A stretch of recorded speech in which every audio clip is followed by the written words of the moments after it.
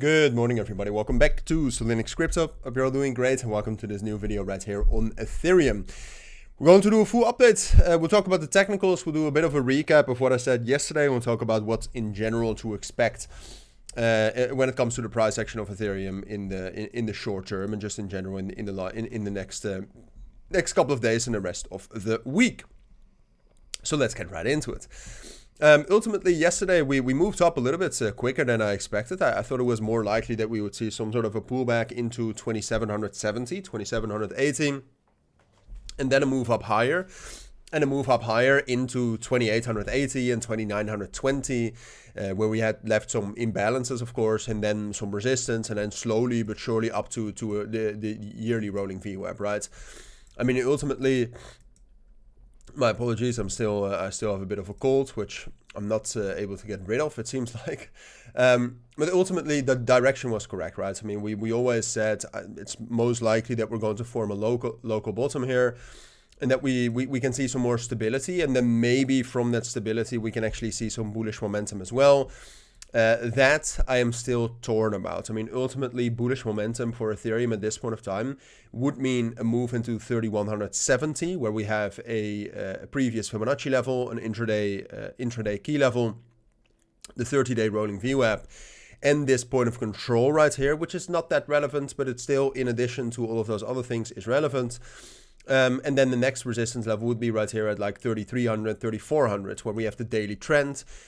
We have a fair value gap that is quite relevant, and we have the 200 EMA.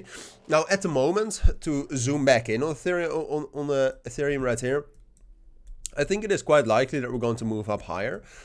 We have strong resistance here, so it's definitely not a given. We have the yearly rolling VWAP at 3080, but I do think that 30-day rolling VWAP, the 200 EMA on the 4-hour time frame, and generally that level at 3200, I think we're able to get there. If I would have to translate, or if I would have to copy paste my thoughts on what I expect for Bitcoin onto the chart of Ethereum, I would say that's quite likely. The thing is that it has to come from that. It has to come from me expecting Bitcoin to move up higher, and then acknowledging that the correlation that Ethereum has to Bitcoin at this point of time is relatively low, but it's still very high. It's still 75.5%. So if Bitcoin is going to move into the high 90s, which I would expect in December, I think Ethereum is going to do that as well. The thing is that when we're talking about Ethereum specifically, there's no strength in ETH BTC. Actually, it looks a little bit more likely that ETH BTC is compressing against support, which would open up if we get some bad news, God forbid. But if we get that, then we're going to get a bearish breakdown. But ultimately, ETH BTC is not strong.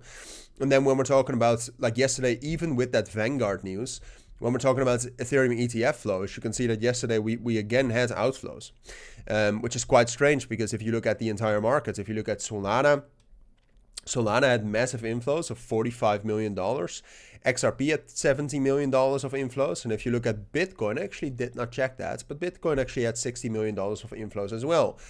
And so the institutional, or just in general, the interest that investors have in Ethereum is not very high. Technically, we are not seeing signs of outperformance.